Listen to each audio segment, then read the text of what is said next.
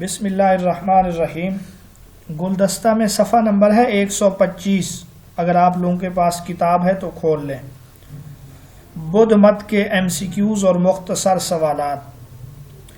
بدھ مت کے بانی گوتم بدھ کا اصل نام کیا تھا؟ تو اس کا جواب ہے سدھارتھ۔ تو یہ اس کا اصل نام تھا۔ جب یہ ایک بڑے مذہب کا بانی بنا، اس کو بدھ کہا جانے لگا۔ ساکیہ قبیلے کی وجہ سے اس کو شاکیہ یا ساکیہ منی کہا جاتا تھا، اور اس کو خاندانی نام جو دیا گیا وہ گوتم تھا۔ یہ اس کا ذاتی نام ہے۔ تریپیٹاکا، یہ دوسرا سوال ہے، کس مذہب کی مقدس کتابیں ہیں؟ تو یہ جو ہیں بدھ مذہب کی مقدس کتابیں ہیں۔ 3 ٹوکریاں اس کا لفظی معنی ہے۔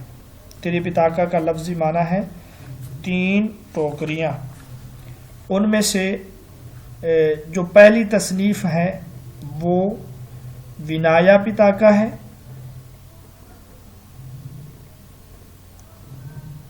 اس میں راہبانہ زندگی کے اصول بیان کیے گئے ہیں، اور اس کا شاگرد تھا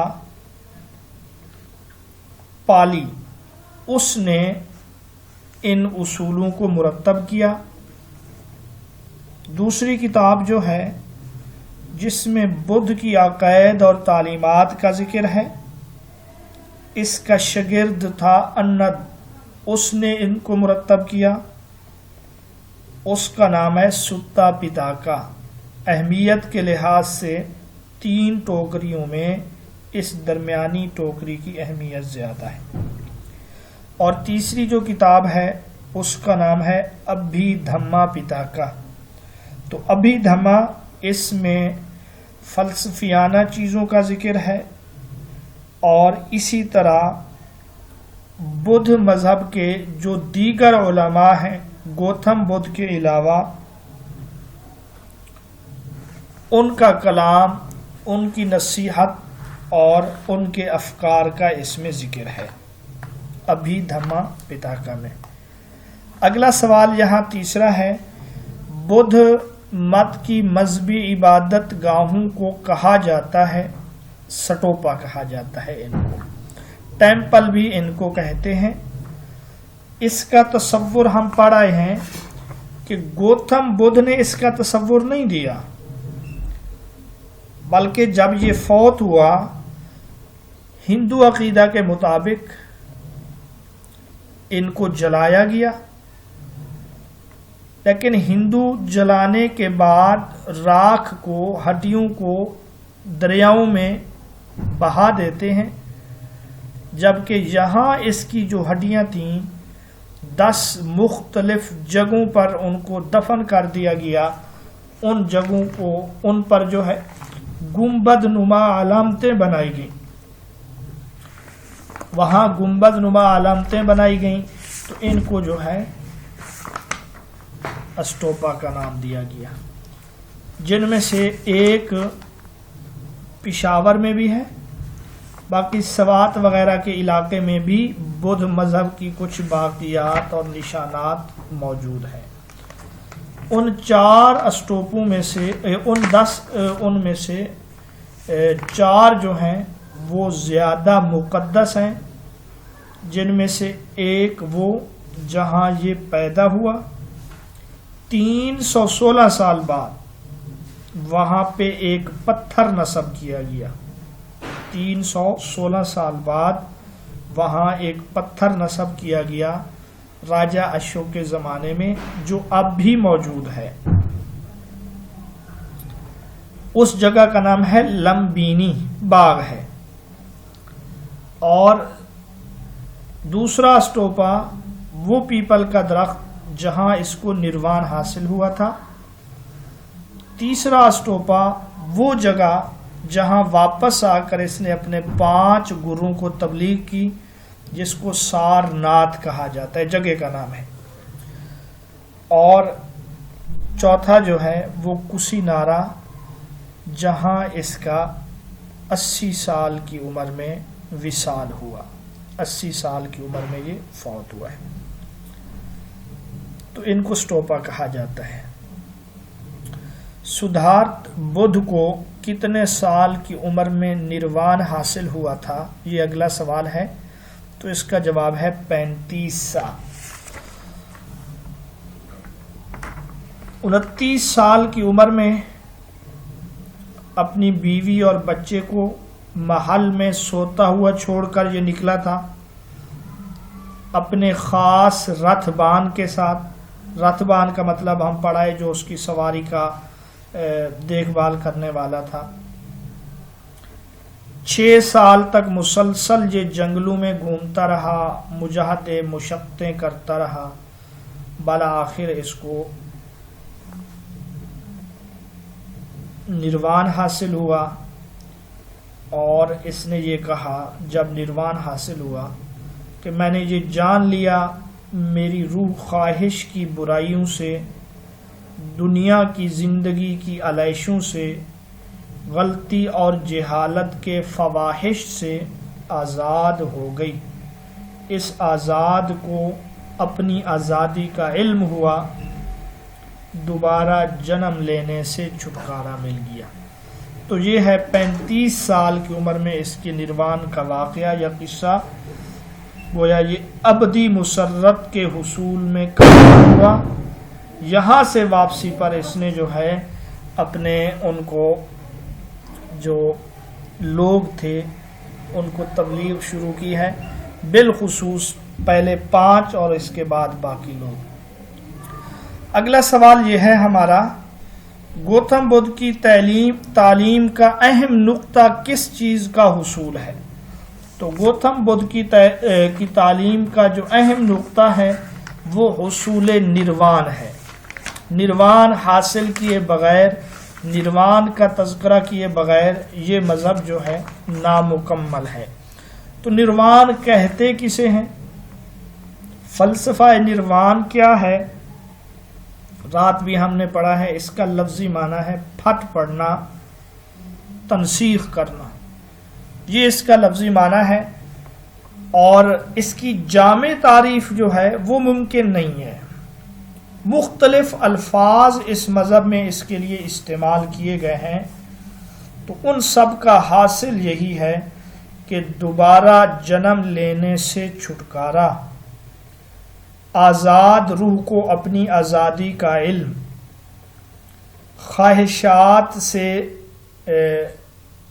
خواہشات اور اس کی برائیوں سے آزاد ہونا، اسی طرح ہر دکھ کا علاج، مسرت کا ٹھکانہ، محفوظ کنارہ، یہ سب جو ہیں اس نروان کے معنی ہیں۔ نفس پرستی، ہوس پرستی، نفرت، دنیا کی زندگی کی خواہش اور غرور، یہ وہ چیزیں ہیں جو یہ سمجھتے ہیں نروان کے حصول میں رکاوٹ ہیں۔ تو گویا آپ کہہ سکتے ہیں کہ ان چیزوں سے چھٹکارا حاصل کر لینا، خاص طور پر اواگون، جونی چکر، تناسخ سے چھٹکارا حاصل کرنا، یہ جو ہے نروان ہے۔ گوتم بدھ نے عورت کو عزت دے کر کس رسم کو ختم کیا؟ تو اس کا جواب ہے ستی، یعنی اس رسم کو اس نے اس معنی میں ختم نہیں کیا کہ اس کے بعد اس رسم کا خاتمہ ہو گیا یا اس نے کوئی پابندی لگا دی۔ مطلب یہ ہے کہ اس مذہب میں عورت کو جینے کا اسی طریقے سے حق حاصل ہے جس طرح کہ ایک مرد کو جینے کا حق حاصل ہے۔ یہ نہیں ہے کہ شوہر کے مرنے پر عورت کو اس کی چتا کہتے ہیں میت کی لاش کو، یا جہاں پہ اس میت کو جلایا جاتا ہے اس کو چتا کہتے ہیں۔ تو اس کی چتا پہ مرنا چاہیے، نہیں، بلکہ عورت، ماں، بہن، بیٹی، بیوی، ہر صورت میں اس نے اس کو عزت دی ہے، اس کو بھگشو یا تانیث جو ہے اس کی سادھوی بننے کی اس نے اجازت دی ہے، لیکن یہ اپنے خاص شاگردوں کو اس بات سے بھی منع کرتا ہے کہ عورتوں سے بچنا چاہیے، یعنی جس حد تک ممکن ہو اپنے آپ کو بچانا چاہیے ان سے، گفتگو سے۔ غیر شادی شدہ زندگی افضل زندگی ہے اس کے نزدیک۔ اس کے ساتھ ساتھ اس نے ہدایات بھی کی ہے کہ وہ جو تمہاری بیوی ہے وہ تمہارا دوست ہے، اس سے کچھ نہیں چھپانا چاہیے، اس کا خیال رکھنا چاہیے، یہ اس کی تعلیمات میں موجود ہے۔ بدھ مت میں اگلا سوال ہے، بدھ مت میں نروان حاصل کرنے کے لیے کیا بننا ضروری ہے؟ تو بدھ مت میں نروان حاصل کرنے کے لیے بھکشو بننا ضروری ہے۔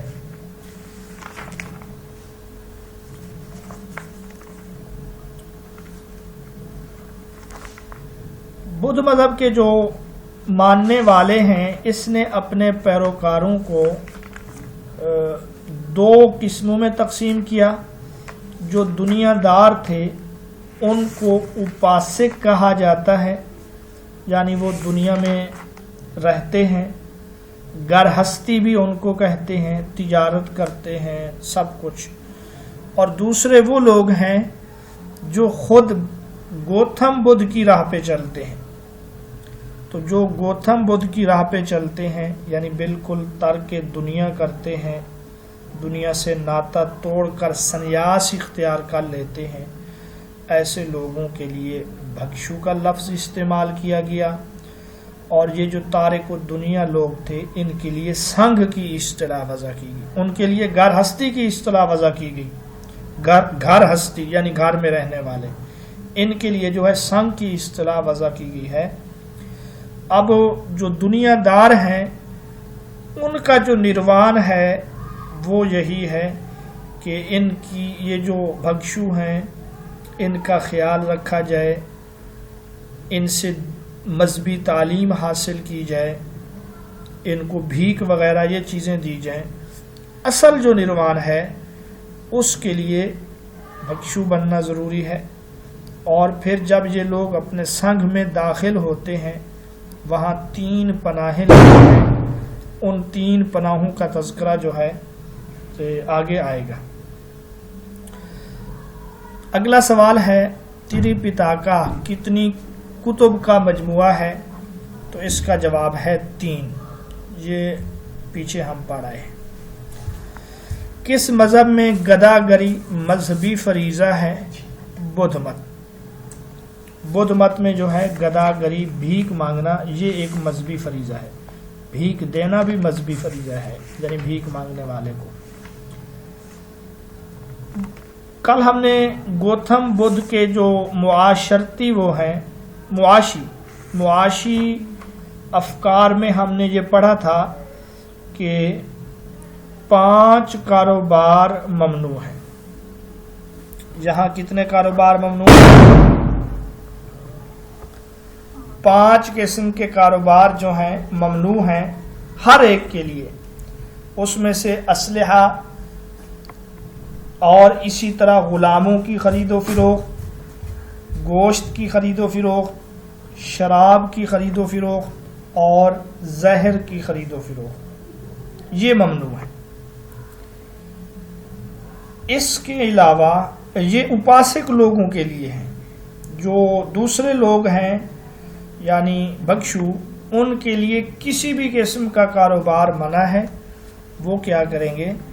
بھیک مانگیں گے، اور بھیک بھی ایسے دروازے پہ یہ چپ چاپ کھڑے ہو جائیں گے، اگر کوئی کچھ دے تو اس کو لے لیں گے اور آگے چلے جائیں گے۔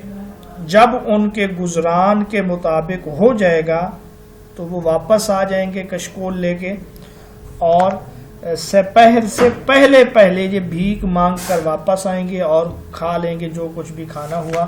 سپہر کے بعد ان کے لیے کھانا وغیرہ یہ چیزیں ممنوع ہیں۔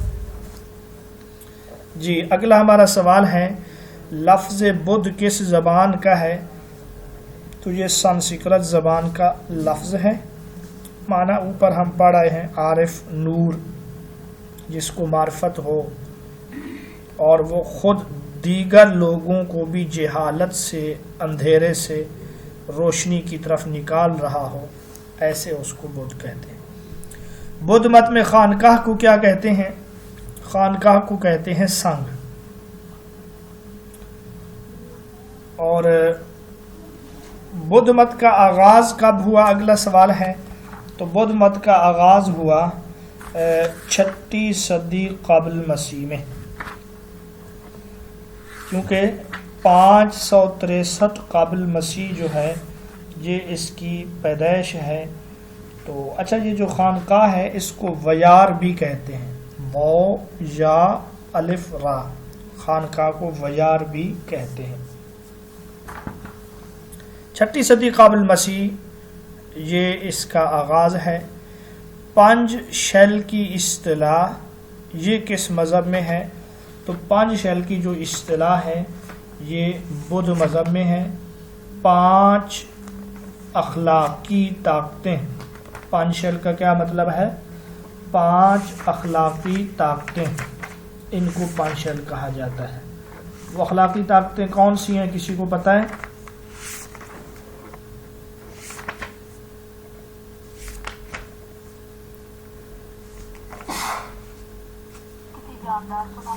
شاباش۔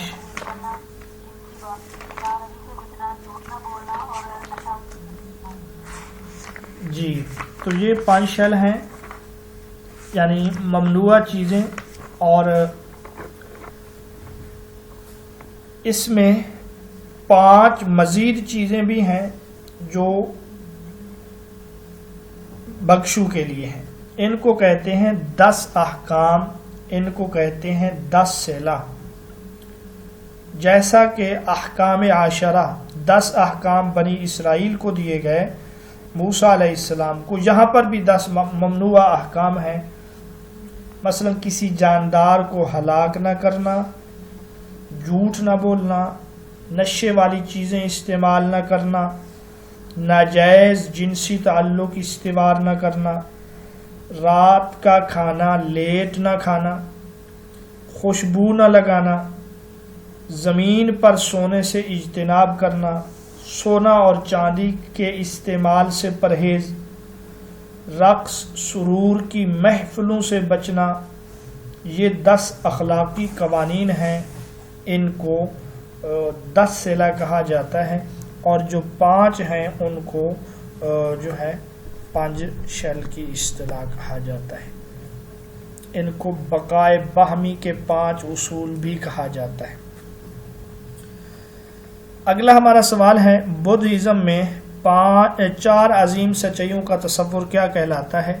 تو 4 عظیم سچائیوں کا تصور جو ہے وہ آرین ستیہ ہے، یعنی زندگی دکھ ہے، دکھ سبب دکھ یعنی علت دکھ، دکھ کیوں ہے، اور پھر ہے اس علت کا تدارک، اس علت کا خاتمہ، اور یہ 3 ہیں سبب، یہ 3 ہیں وسیلے، آخری چیز جو ہے اصل وہ ہے دکھ ختم کرنے کا طریقہ، درمیانی راستہ۔ اس کو حصول نروان کا طریقہ بھی کہا جاتا ہے، اور یہ جو ہے اشٹانگ مارگ ہیں، یعنی صحیح نظریہ، صحیح ارادہ، صحیح گفتگو، صحیح عمل، صحیح رزق، صحیح کوشش، صحیح ہوشیاری اور مراقبہ۔ یہ 8 چیزیں ہیں، ان کے اوپر عمل کر کے دکھ کو ختم کیا جا سکتا ہے، ان کے اوپر عمل کر کے جو ہے نروان حاصل کیا جا سکتا ہے۔ اگلا ہمارا سوال ہے تری پتاکا پر مختصر نوٹ لکھیں۔ تو انہوں نے لکھا کہ اس سے مراد بدھ مت کی 3 مقدس کتابیں ہیں، یہ بدھ مت کا مذہبی ادب ہے، انہیں 3 ٹوکریاں بھی کہتے ہیں۔ ونایا پتاکا اس کا مصنف اپالی ہے، ستا پتاکا اس کا مصنف انّد ہے، اس کا شاگرد ابھیدھما پتاکا اس کا مصنف جو ہے وہ کسیاپا ہے۔ یہ ہم نے تفصیل سے پیچھے ہم پڑھ آئے ہیں کہ یہ جو کتابیں ہیں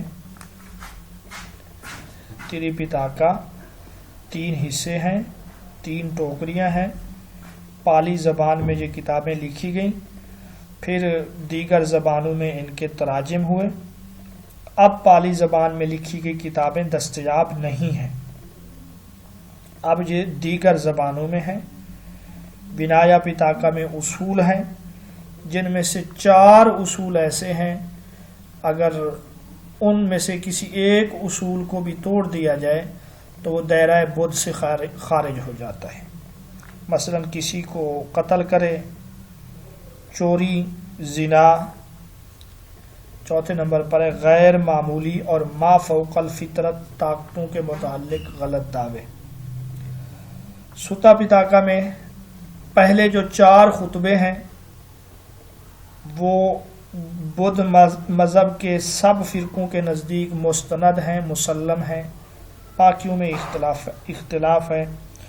اور ابھیدھما پتاکا جو ہے اس میں گوتم کے بعد آنے والے علماء کا تذکرہ ہے، ان کے اقوال ہیں وغیرہ۔ مہاراجہ اشوک، اگلا سوال ہے مہاراجہ اشوک کی بدھ مت کی نشر و اشاعت کی خدمات کا جائزہ لیں۔ تو مہاراجہ اشوک نے بدھ مت کو اندرون بیرون ملک پھیلانے کے لیے مبلغین مقرر کیے، عبادت گاہیں بنوائیں اس نے، اور غیر ممالک میں سفیر بھیجے اس نے۔ اس لیے مہاراجہ اشوک کو جو ہے بدھ ثانی بھی کہا جاتا ہے، اور اس کو قسطنطنی اعظم بھی کہتے ہیں۔ یہ راجہ اشوک جو ہے 300 قبل مسیح میں پیدا ہوا، 270 قبل مسیح میں یہ مسند پر بیٹھا، اور 232 قبل مسیح میں اس کی وفات ہوئی ہے راجہ اشوک کی۔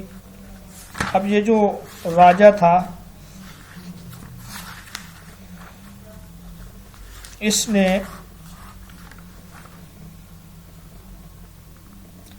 یہ ہندوستان میں مشہور ایک راجہ یا ایک خاندان ہے چندر گپت موریہ، اس کا پوتا تھا۔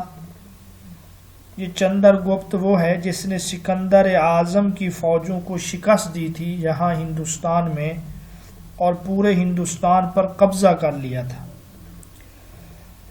تو اس پوتے نے دادا کی سلطنت میں مزید کئی اضافے کیے تھے۔ 8 سال کے دور حکومت کے بعد اشوک نے بنگال میں ایک جنگ جیتی، اور اس جنگ کے نتیجے میں اس کے دل و دماغ پر بہت اثر پڑا، کیونکہ اس نے جنگ میں لوگوں کو مرتے ہوئے دیکھا، لاشیں دیکھیں، زخمی دیکھے۔ تو اس کے بعد اس نے اس سے اس قدر یہ متاثر ہوا کہ محل میں جو گوشت پکتا تھا اس کے اوپر بھی اس نے پابندی لگا دی۔ پھر اس نے جانوروں کے لیے بھی ہسپتال اور آرام گاہیں تعمیر کرائیں۔ اسی دوران بدھ مذہب کی تعلیمات سے بھی یہ آشنا ہوا، واقف ہوا، اور اس نے اس مذہب کو قبول کر لیا، کیونکہ اس مذہب میں اہمسا ہے، عدم تشدد کا ذکر ہے۔ اب اس نے اس مذہب کو از سر نو تنظیم کرنے کا منصوبہ بنایا، اور بدھ دھرم کی تعلیمات کو عالمی سطح پر پیش کرنے کا اہتمام کیا۔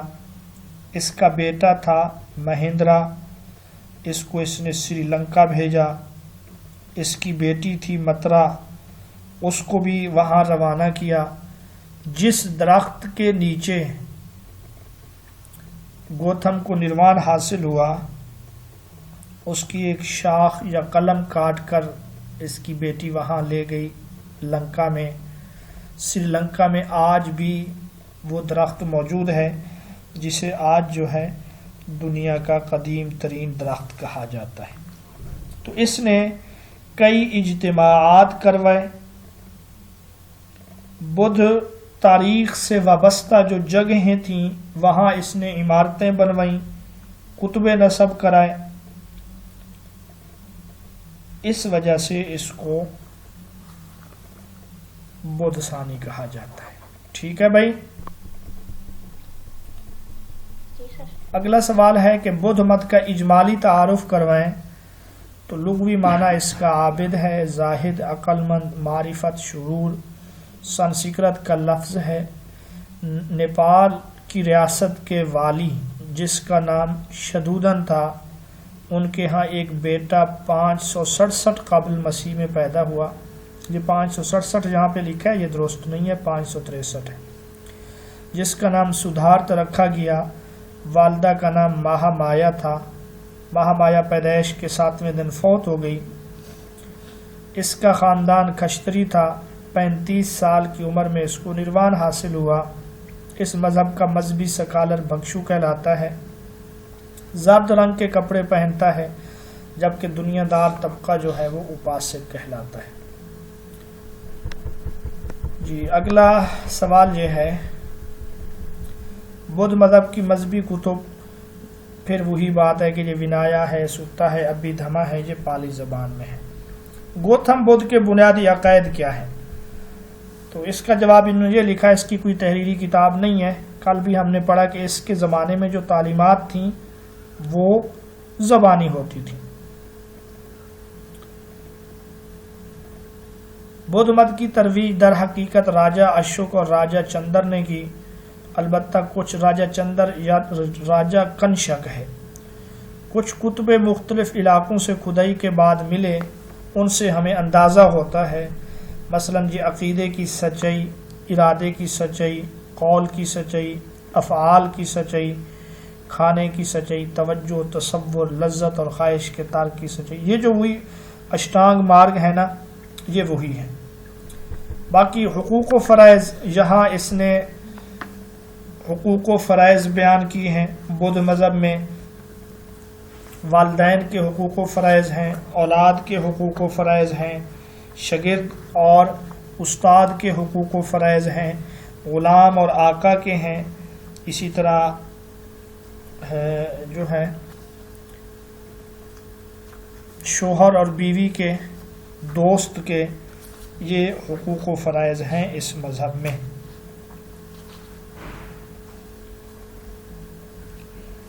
مثلا والدین کے اگر حقوق و فرائض ہیں، اولاد کو برے کاموں سے روکنا، ان کو تعلیم دینا، نیک خاوند یا بیوی کا انتخاب کرنا۔ اولاد کے فرائض ہیں کہ والدین سے حسن سلوک، جائیداد کی حفاظت، ان کی عزت اور اپنے آپ کو اس قابل بنانا کہ والدین کے وارث بن سکیں۔ شاگرد جو ہیں وہ استاد کی تعظیم کریں، ادب سے کھڑے ہو جائیں، استاد کے نیک اعمال میں اس کی پیروی کریں۔ استاد کو چاہیے کہ اچھی باتیں سکھائیں، شاگردوں کے جو متعلقین ہیں ان سے حسن سلوک کریں، اور اسی طرح جو ہے شاگردوں کو عقل و شعور کی باتیں سکھلائیں۔ ٹھیک ہے،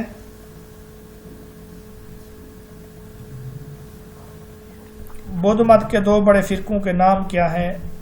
مہایان لفظی معنی ہے بڑا پہیا یا بڑی گاڑی، اس میں بہت سے لوگ بیٹھ کر نروان کر سکتے ہیں۔ روشن خیال فرقہ ہے یہ ان کا، جدید فرقہ ہے، یہ بھکشو بننے کو ضروری سمجھتے نہیں ہیں، یہ کہتے ہیں بدھ کو پوج لینا نروان حاصل کرنے کے لیے کافی ہے، یہ کہتے ہیں راہب بننا یہ دنیا سے فرار اختیار کرنے کی طرح ہے، لہٰذا راہب بننے کی ضرورت نہیں ہے۔